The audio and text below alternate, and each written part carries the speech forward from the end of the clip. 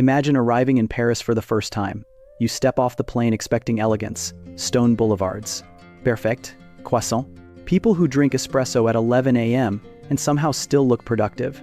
France, in the global imagination, is a rich country, not comfortable, not doing okay, rich. A founding member of the European Union, a nuclear power, the world's most visited tourist destination, home of luxury brands worth more than the GDP of small nations. France looks like a heavyweight, but looks can lie. Because beneath the postcards, France is experiencing a slow economic compression that most outsiders never see. Not a sudden collapse, not a dramatic crash, a quiet squeeze, the kind where living standards don't implode, they erode. The kind where people still eat well, still vacation, still complain, but feel poorer every year. This is the paradox of modern France. The country looks rich, the institutions look rich, the history looks rich. But a growing share of the population is living with very thin margins, very limited upward mobility, and very little optimism. France is not a poor country in absolute terms. It is poorer than it should be for its level of development. And that gap between expectation and reality is where the real story lives. To understand why, we have to start with the French paycheck. Because if you want to know how wealthy a society truly is, don't look at billionaires. Don't look at GDP. Don't look at stock markets. Look at what normal people take home at the end of the month. 1. The flattened paycheck problem. France has a strong minimum wage, one of the strongest in the developed world. In 2024, the net monthly minimum wage sits around 1,400 euros. That's after social contributions. On paper, that sounds decent. Now look at the median net salary, roughly 2,000 euros per month. That means half of French workers earn less than 2,000 euros net. Pause and let that sink in. The distance between the legal minimum and the middle of society is only about 600 euros. 600 euros separates bottom half from typical worker. That's a remarkably narrow ladder. Economists sometimes describe this as wage compression.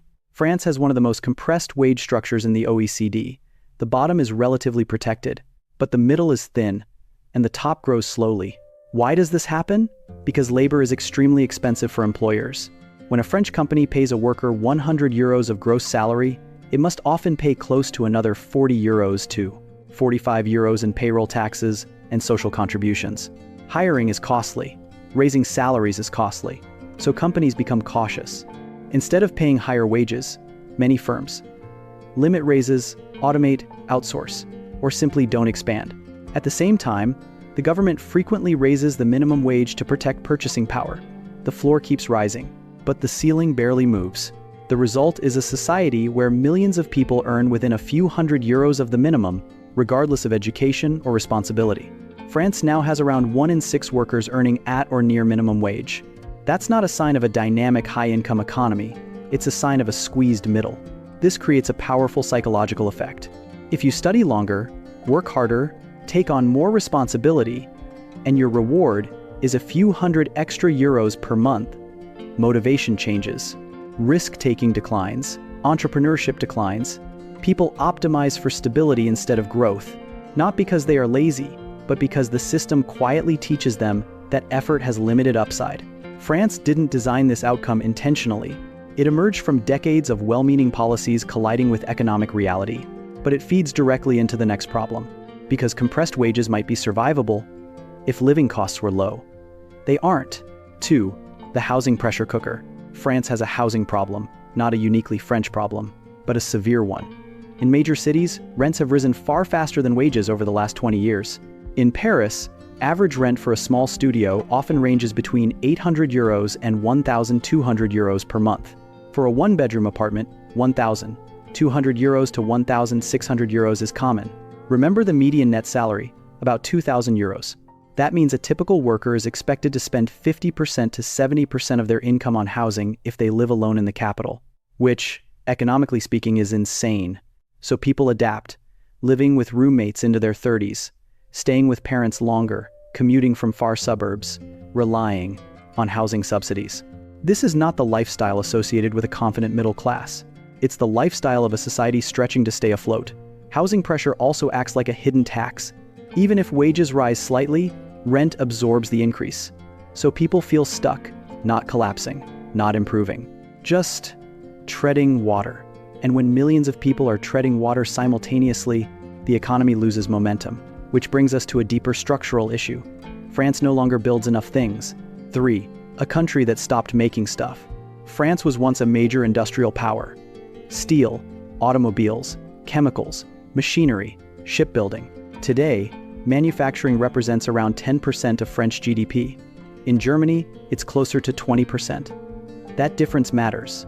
Manufacturing does 3 crucial things: creates large numbers of middle-income jobs, supports regional economies, outside capital cities, drives exports.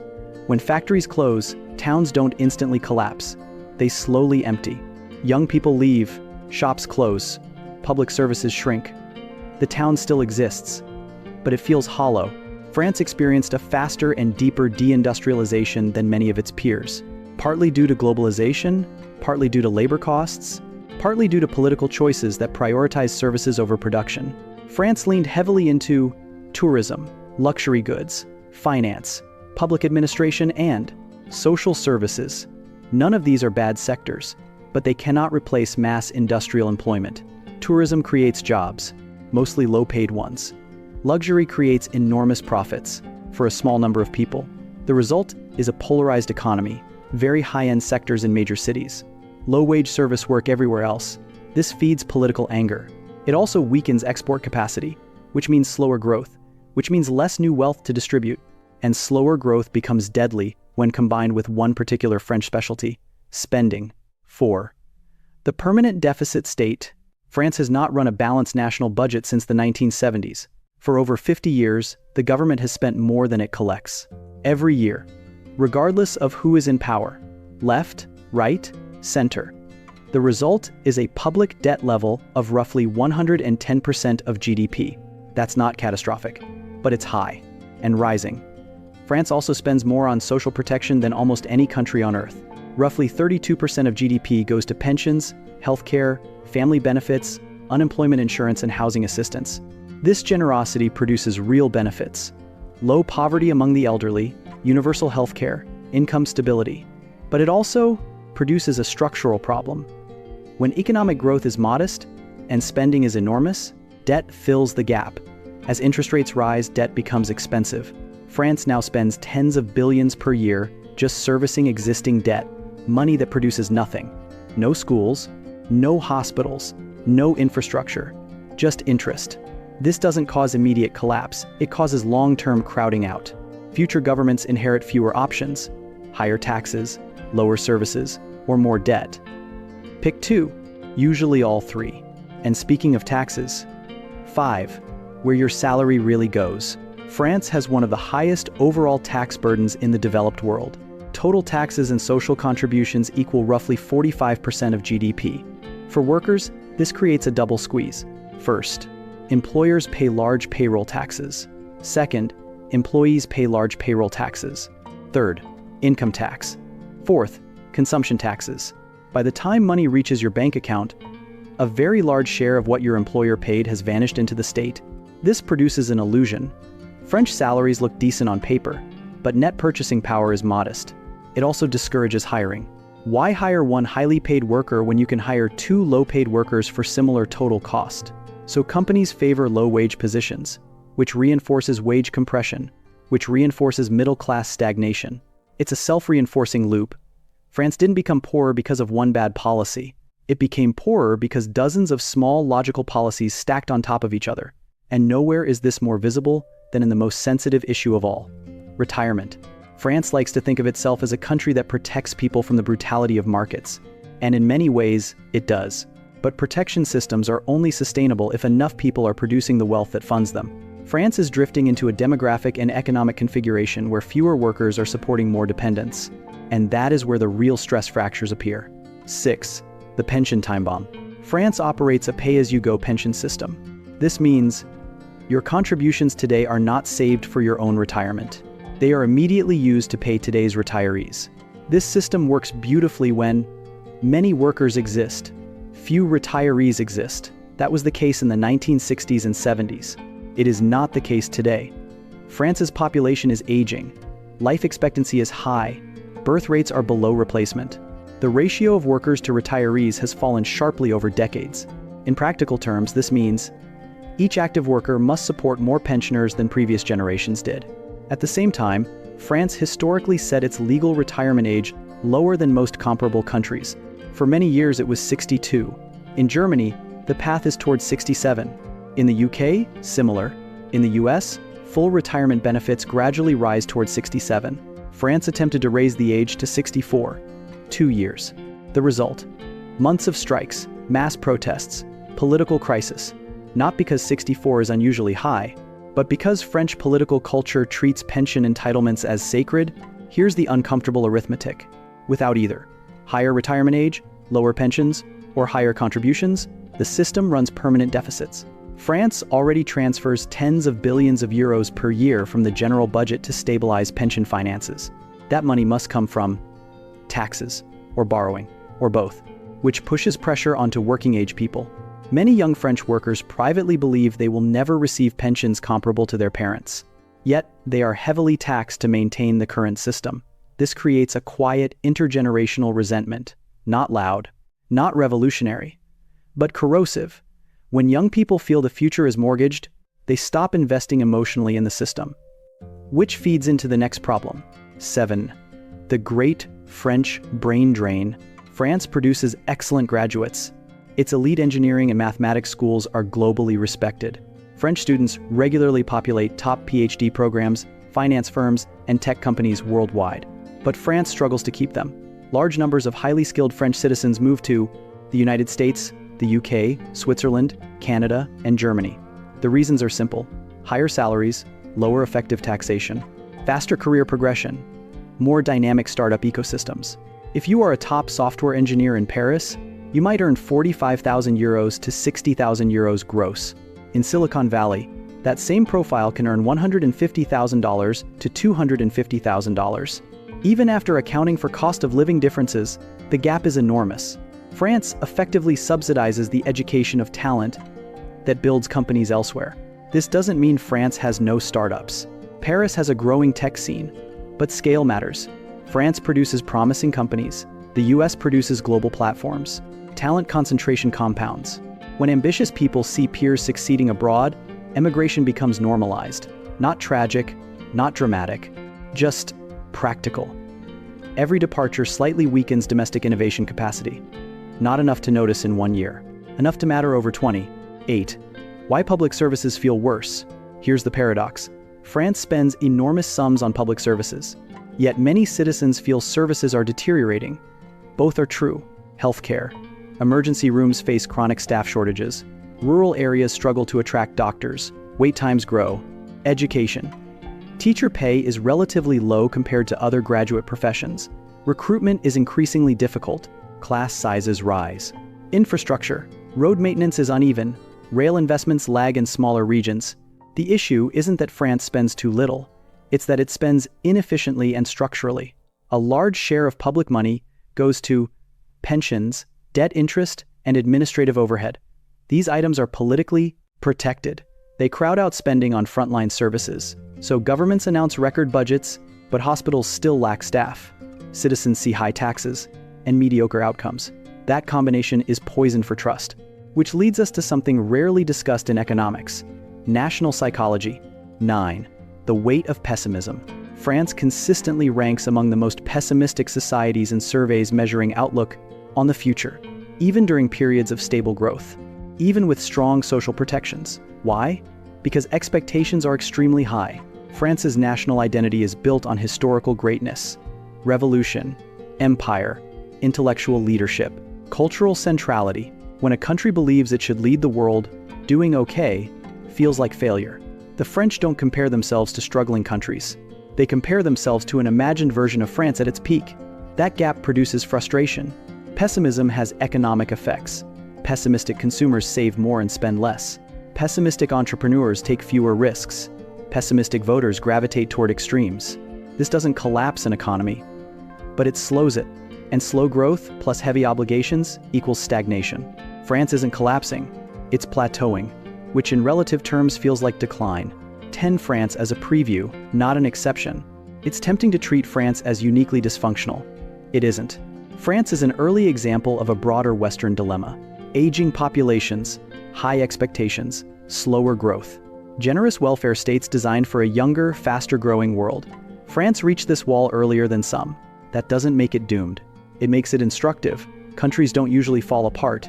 They gradually lose momentum. They gradually borrow more. They gradually argue more. Until one day they realize they are poorer than they remember. Not starving, not broken, just constrained. Which brings us to the final question. Is France finished? France is not doomed. That statement matters. Because doom implies inevitability. France's situation is not destiny. It is the cumulative result of choices. Which means different choices could, in theory, produce different outcomes. The problem is not that France lacks solutions. The problem is that every solution hurts. And modern democracies are very bad at choosing pain voluntarily. 11. What France would need to do, and why it's hard. None of what follows is radical. Economists across the political spectrum broadly agree on the menu. The disagreement is over sequencing, speed, and political feasibility. First, restore work incentives without destroying protection. France's welfare system prevents misery. That's a real achievement. But systems can both protect and discourage at the same time, gradually tightening benefit durations, strengthening job search requirements, making it easier to hire and fire, not to punish workers, but to reduce fear for employers. When employers are less afraid of permanent labor commitments, they hire more. More hiring increases bargaining power for workers, which raises wages organically, not by decree. Second, rebuild industrial capacity, not nostalgic smokestack industry, advanced manufacturing, semiconductors, batteries, robotics, pharmaceuticals, green technologies. France has engineers, it has infrastructure, it has capital. What it often lacks is regulatory simplicity and long-term consistency. Factories require decades of policy stability. France changes rules frequently. That uncertainty kills investment. Third, make high salaries less toxic. France's tax system heavily penalizes top earners. This satisfies a cultural desire for equality, but it also pushes talent abroad. Shifting some taxation from labor to consumption, pollution, or land would reduce the cost of employing skilled workers. That doesn't mean becoming a low-tax country. It means becoming a country where success is not treated as a moral problem. Fourth, accept demographic reality. People will live longer. Birth rates will stay moderate. This means retirement ages must slowly rise. There is no clever workaround, no accounting trick, no magic fund. Either people work longer, or pensions shrink, or taxes rise further. Every alternative story is fantasy. 12. Why reform feels impossible. France's political culture evolved around a strong central state. The state as protector, the state as employer, the state as problem solver. This creates a paradox. Citizens distrust politicians, but also expect the state to fix everything. Reforms require trust. Trust requires credible leadership. Credible leadership requires results. France is stuck in a loop where nobody believes reform will work, so nobody supports it, which ensures reform fails. This is not unique to France, but France experiences it intensely because its social model is deeply emotional. It's not just policy, it's identity.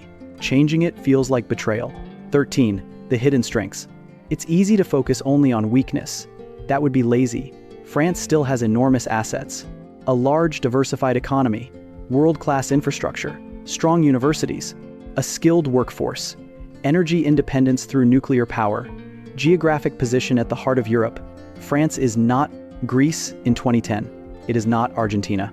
It is not on the brink of collapse. It is on the brink of choosing, drift, or adapt. Those are the real options. 14. The real meaning of poorer than you think. France is not poor in the developing world sense. It is poorer in the expectation sense. France looks like it should feel richer than it does. That gap is the entire thesis. People sense the mismatch intuitively. They feel it when rent eats their raise. They feel it when taxes rise but services don't improve. They feel it when their children talk about leaving. They feel it when protests become routine.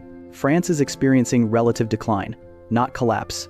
Relative decline is psychologically harder, because nothing is obviously broken, yet everything feels slightly worse. 15. The final warning. If you don't live in France, this story still matters, because France is not an outlier. It is an early chapter, a preview of what happens when aging meets debt, high expectations meet slow growth, generous systems meet limited productivity. Many Western countries are heading toward the same intersection. France simply arrived first, which means France isn't just a case study, it's a mirror. France remains one of the most beautiful, cultured, and livable places on Earth. You can eat extraordinary food, walk through centuries of history, enjoy real leisure. That's not nothing. But beauty and comfort can coexist with economic fragility. The illusion of wealth is not wealth. Wealth is strong productivity, rising real incomes, sustainable finances, upward mobility. France is struggling with all four. That's why France is poorer than you think. Not because it has failed, but because it has stopped moving forward. And in economics, standing still is another word for falling behind.